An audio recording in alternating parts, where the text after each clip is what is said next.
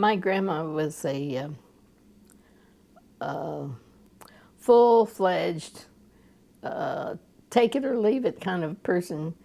If you don't like what I'm saying, leave the room, you know. If you don't agree with me, just, you know, sit down and shut up.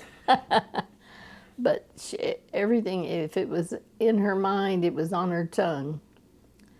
And she heard about some Jewish guys, college graduates.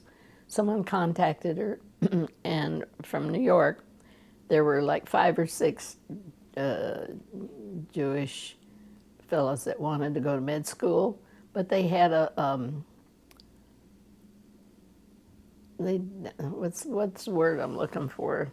Limit on the number of Quota? a quota. That was the word. Yeah, there was a quota on how many Jewish students they would accept per semester. So it limited tremendously the people that wanted to come to the med school. But they would stay in your house? My grandma invited them to come and have all their meals with us. Yeah. My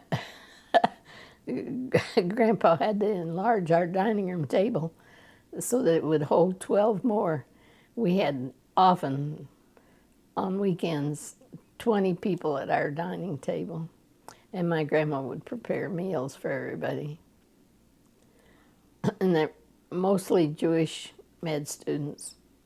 And she would write to the governor and say, I have some nephews who are Jewish that are coming in from New York to live with me, and they want to go to the medical school. The medical school is only a couple blocks from where we live, my grandparents' home.